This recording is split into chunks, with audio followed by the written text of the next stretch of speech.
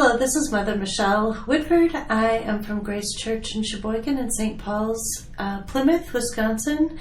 I'm here again with Sister Barbara Jean, and I didn't mention the first time that you are from Anamchara Fellowship, an order in the Episcopal Church of nuns and monks who live a dispersed order and come together once a year in gathering, and you live out your vocation in the Celtic tradition. And you have written a book, and we started talking about it last time, called Convents, Jails, and Other Tales, and talking about developing our spiritual languages. Tell me about language. Why do you use that term? Well, spiritual language, just as our normal, regular language, is how we communicate with each other. And language is also how we communicate, I think, spiritually with God and God with us. You know, how is it that God speaks to us? In what ways? But language is vitally important. We don't realize how we use it daily. To relate to each other, to relate to the world. I really discovered this myself when I was in my last year of my bachelor's degree, working toward my bachelor's degree, and I left math to the very end because I am an idiot when it comes to numbers. And I'm not even allowed to touch my own checkbook because I'll screw it up. But one of the things that it was a revelation to me in taking this class was I wasn't getting it. I don't see the point of math, and other than adding and subtracting and multiplying. But there's so much more that goes into that.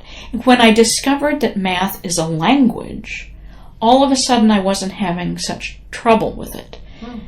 It was like, because I recognize, this is like speaking Chinese to me. I don't speak Chinese.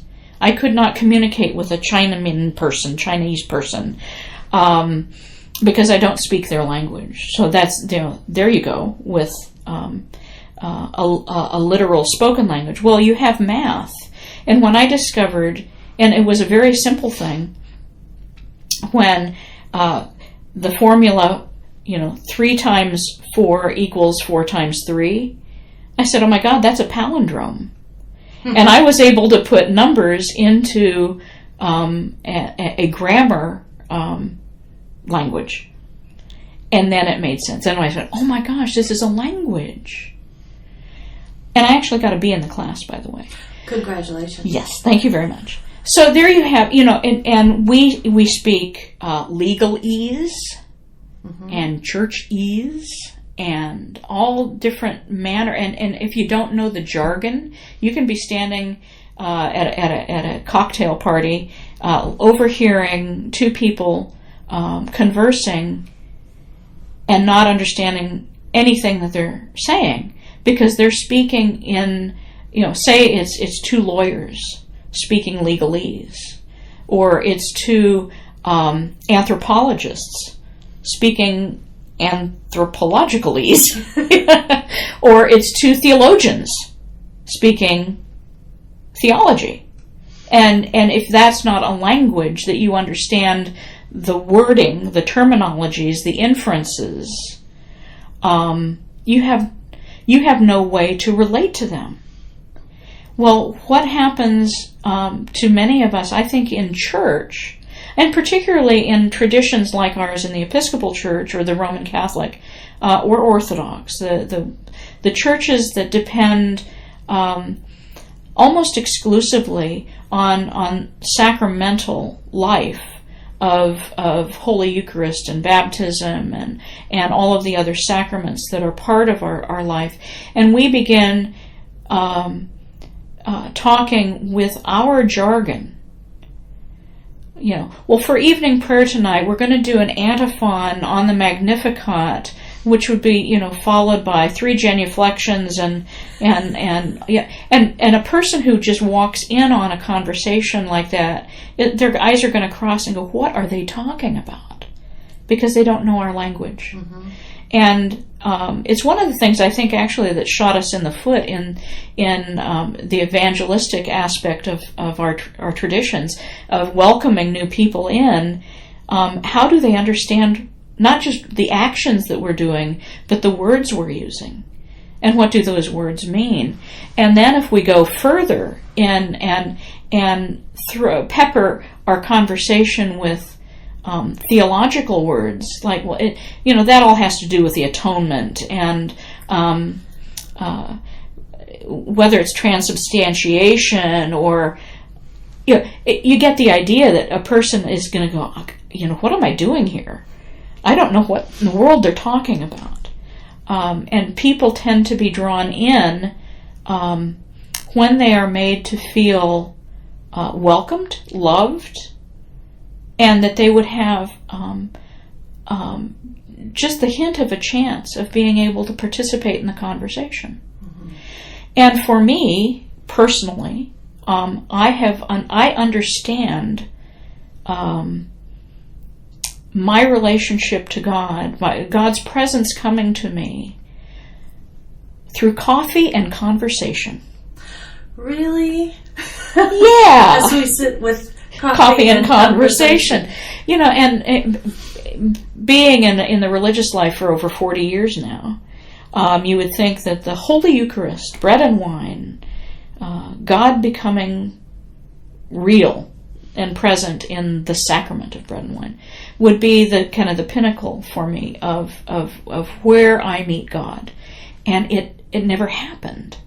And I felt terribly guilty as I was growing up in the convent, so to speak, and going beyond that's not where God comes to me.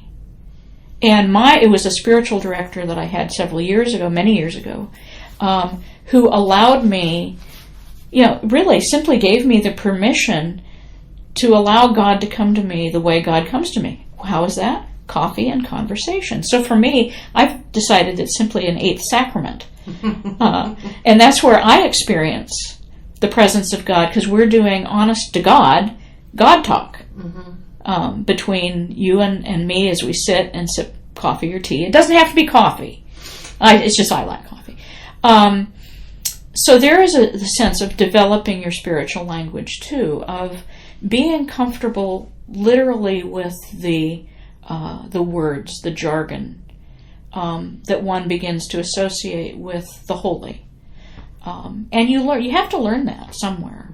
And we have to be better teachers. Absolutely. Of that specific language. Mm-hmm. Mm-hmm. Meet me in the narthex, and we'll go into the nave, and then we'll mm-hmm. proceed up to the sanctuary. Mm-hmm. It makes no sense. It makes no sense unless a person knows what those words are. Mm-hmm. And when you invite a relative newbie, please join with us and be part of this altar guild team. And you need to lay out the amice and on top of the alb, and then you take the stole and the chasuble. And again, the person's eyes cross, and they go, "What in the world are you talking about?" So you have to lead people gently into whatever your particular jargon is. In your particular faith tradition. And what's really exciting is when you begin to learn the languages of other people's faith tradition, and whether it's Christian or non-Christian. And I think one of the things that keeps us separate from each other is that we don't understand the languages that we're speaking. Certainly right now in our present day, there's such a fear of those who come from the Islamic tradition. Mm-hmm. And we call them Muslims. And one of the things that I learned not too long ago, because I had opportunity to speak with a man on my board of directors from my resource center, who is a Muslim, and I said, "Teach me your faith, because I know nothing of it." And by the end of the conversation, 2-hour conversation, he convinced me that I'm Muslim. How so? Because we use the word wrong. It's kind of like saying you have a box of Kleenex. Well, no, that's not Kleenex. That's a brand. Mm-hmm. It's tissue. hand me a tissue rather than hand me a Kleenex. Well, you're a Muslim, and we assume that means that you're a person of the Muslim faith. No, you're a person of the Islamic faith or tradition. Muslim means one who has devoted their life to God, one who serves.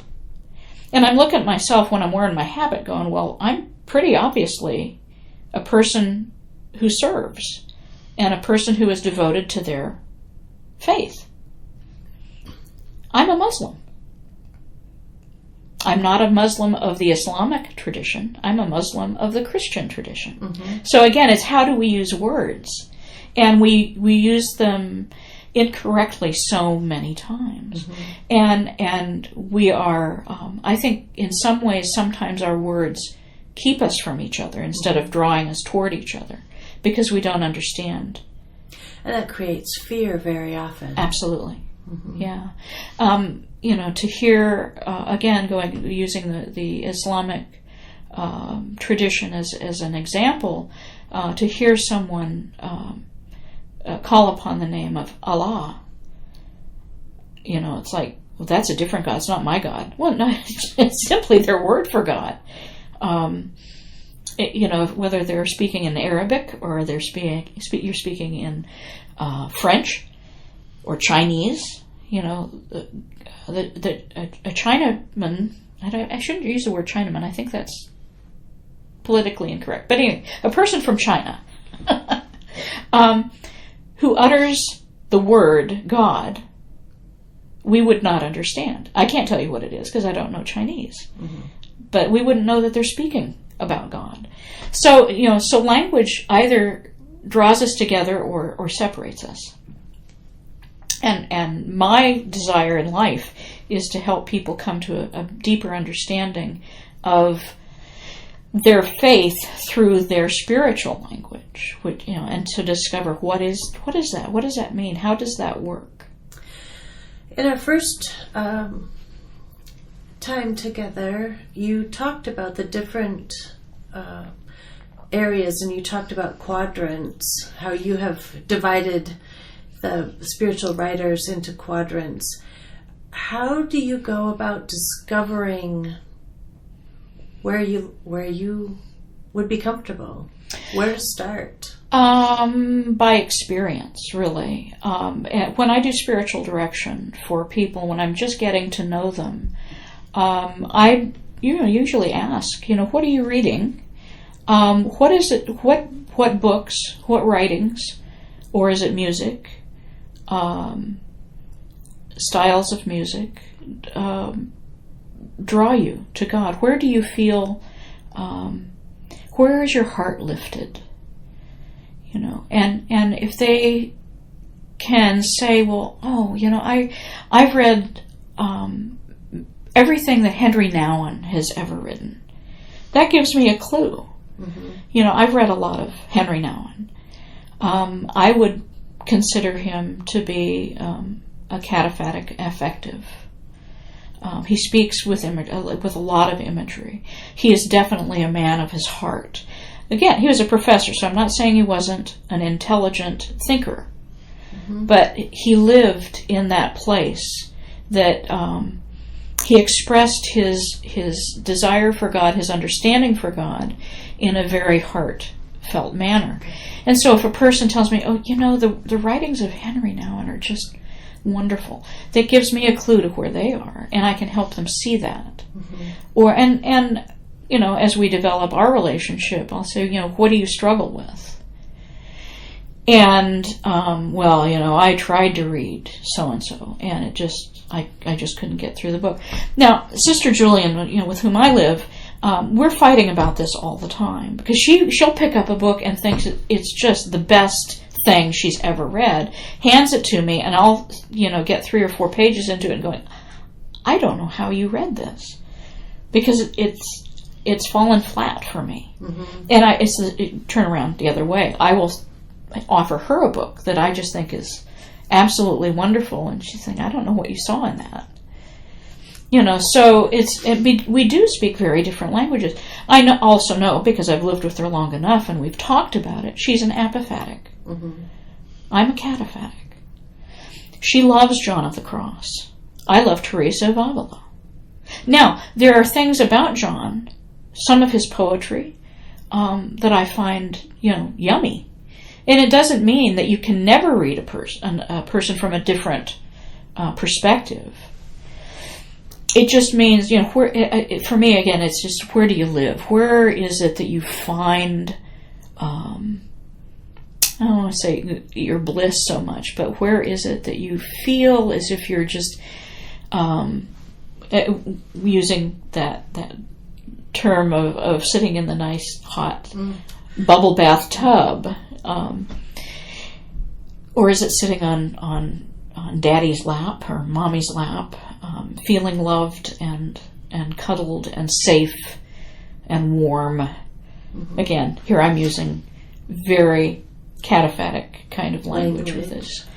I've read The Cloud of Unknowing. I've read some of John of the Cross, and I'm not off-put by them by any means, and I've gained some good knowledge and good instruction in the faith from them. But it's been a little more didactic, a little harder going. Mm-hmm. In the beginning, you talked about how does God speak to us? How do you go about hearing God? Many times people will come to me and say, I don't hear anything. What am I not hearing? Mm-hmm. How do these authors and mystics and learned people, how can we use them maybe to hear God? Okay, well, I think first, when I'm doing spiritual direction, and a person is going to begin to read an author that I think they might enjoy and get something from, I ask them to read a biography of the person, number one. Who is this person? Where did they live? How did they live? The Italian, the French, the English are really different. They're different nationalities, but they're also kind of different culturally speaking. They're different emphases. And you need to know, John of the Cross spent a lot of time in prison. His own brothers threw him in a dungeon because he was teaching a way of monastic life that they didn't like. And so he wrote some of his best stuff while he was in a dungeon. And it helped me to know that. So that's one thing, one way, is establishing a relationship with whoever this person is. So biography has always been really important. And then what my book does is give a little bit of a snippet of the biography, hoping that people, as they read through many of these authors, they'll find one that goes, I want to know more. Mm-hmm. And read a full-blown biography, or an autobiography is even better, because it's a person's own words about their own life. About their own life, yeah.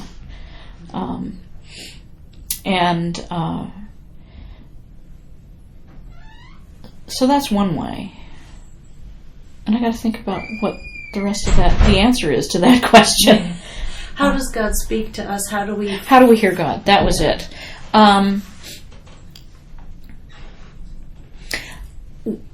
Well, again, to preface a little bit of that answer by saying so many of us don't trust ourselves that we can hear God. Some of us are intuitive. Some of us are, I'll say, sensual, sensing. Mm-hmm. But we haven't the confidence to pay attention to what we're experiencing, what we're receiving. And so we let it slide away. We miss a lot of aha moments. I think about, Moses is walking down the road and there's this burning bush and he's going, I'm not really seeing that. because I don't trust myself to have really experiencing this, seeing this bush that is burning but is not consumed, because it's not registering properly in what I know of reality, and so there must be something wrong with me, so I'm not going to pay attention to it. Mm-hmm. Well, luckily, Moses, I think, had enough confidence in his own personhood to go, wow, I'm going to turn aside and look at this. This is weird. I'm seeing a bush that's burning and not being consumed. I've got to check this out. We need to do that ourselves when we have those little aha moments of, we're walking on the beach, minding our own business, and a Canada goose flies overhead, and that's the simple reality of it. But somewhere deeper inside, there's a part of your being that goes, oh, that's like the Holy Spirit. Well, so many of us will go, oh, that's the craziest idea, or, so we stuff it. Instead of receiving and acknowledging that we've had an expanded understanding of present reality. Mm-hmm. There's more to it than just this bird flying overhead as I'm walking on the beach. And trusting yourself and your relationship with God is integral to that. Mm-hmm.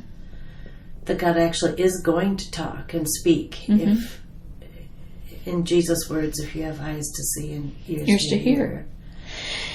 So I think it starts there. I think we have to begin to acknowledge and accept our own ability to receive God, to experience God, and it's real. Not make-believe, not just something I dreamed up. Mm-hmm. And then, and if you're still worried about that, then you test it by what? You test it by Scripture, you test it by the teachings that you know of the faith tradition, the church. You test it by talking to having God talk and go, this is my experience today. I felt this, I saw this, I understood this. What do you think? Yes. Coffee and conversation. Coffee and conversation. That's how I test stuff. Let me run this one by you. Mm-hmm. Can I talk about an experience I had not too long ago? Actually, it was last April. I was sitting minding my own business at work. I was cataloging a book into the computer, and then all of a sudden, I was by myself. I didn't have any music on or anything. I was just doing my job. And an all of a sudden thing happened. And all of a sudden, I felt engulfed by a myriad of emotions, all at the same time. Fear, awe, joy, dread. The only emotions that I can honestly say as I reflected back on it that I did not have in that scenario, I had no cognizance of hate, and I'm trying to think of what the other one was. There was no hate. Well, let me just go with that one. I can't remember what the second one was. But at any rate, it scared me. And I thought I was having a heart attack. I'm feeling my chest. I'm going, well, no, that seems to be working. I felt my pulse. Why all of a sudden do I have all of this emotion? And I had a little difficulty breathing because it was almost like a panic attack, I guess. I've never had a panic attack, but I'm assuming that's what it was sort of like. I tried to call Sister Julian. I couldn't get her at work. I tried to call Margaret. I couldn't get her. So I called my friend Emily, and she was home. And I talked with her a little bit about it, and I got myself, or she helped me get calmed down enough to, I said, I can't be alone. I've got to come. Can I come be with you? So I got in the car, and I went to her place. And in going to her place, I had to go by this really pretty golf course with all of these, in the spring, all these wonderful trees and stuff. And as I went through that particular area, the most intense sense of beauty overwhelmed me. So here was a flood of emotion again that came in unbidden. And I thought, what in the world is happening to me? I got to Emily's. We talked about it. She gave me something to drink. She got me calmed down. And I finally said to her, I said, okay, I got to go home now. And so I got in the car and started driving home. But I was totally confused by what was this? What is happening to me? I don't understand this. As I'm driving home, I'm listening to a CD that's on my car radio, and it's this song by Stephen Iverson, and it's sort of a song of like the Magnificat, but it talked about how my soul would be magnified by the beauty. Mm-hmm. My soul is magnified by the beauty was the phrase that clicked into my psyche all of a sudden. It was like, and I heard within myself, not audibly in my ears, but in my inner being, I heard, now you know what it felt like when I carried him. Mm. And I'm thinking, what? Now you know what it felt like when I carried him. And I was aware that it was Mary speaking to me. Mm-hmm. I don't know why. And I was a little annoyed that here we go with a one-liner again, because every time I feel like I'm hearing God, it's always a one-liner, and he never gives me any more. And then I have to ponder it for 20 years, Here I'm getting another one-liner. It's the whole family that only speaks in one-liners. Now you know what it was like when I carried him, what it felt like when I carried him. But I trust, I've had enough of these experiences to trust that I was hearing something really important, mm-hmm. that I needed to pay attention to. And I got home safe. And I kicked back in my recliner just to think about what in the world is this about? And I still don't know why. But I feel confident that, Mary carried God within herself. The totality of God. She didn't carry the fingernail or, a piece of God. She carried the entirety of God in her womb. And she must have felt every possible emotion. Mm-hmm. With the exception of hate. There was no hate. There was fear. There were a lot of negative emotions. Mm-hmm. Discomfort. Dread. But there was also joy. There was elation. All of the positives as well. But, so that happened last April. I still don't know why. Mm-hmm. I got this. To me, it's a spiritual language that I was gifted with mm-hmm. at that moment, and it's my job now. And maybe I don't need to know why. I don't know. Do I need to know why? Or I sort of feel like, what do I do with this mm-hmm. now? And does that mean you have to continue listening? Yeah. Yeah, it does. But it didn't come through, okay, I'm going to go sit in chapel and meditate now on what it must have been like for Mary mm-hmm. to carry the Godhead. Mary's a great gal, but I don't really have a whole big relationship with her spiritually. And so why did this suddenly happen to me? In the everydayness of life. In the everydayness of life. I was not paying any attention to anything particularly churchy or holy or spiritual. I was cataloging a book mm-hmm. that didn't even have anything to do with anything. Well, it was religious because it's a religious library that I work in, but I was paying attention to the Dewey number that I was to put on the book and where was it going to go on the shelf. So it simply came. That's a wonderful story. Thank you. You're welcome. I think that's where we'll end for today. Okay. I look forward to our next conversation. Right. Very good. Very good. I look forward to it too.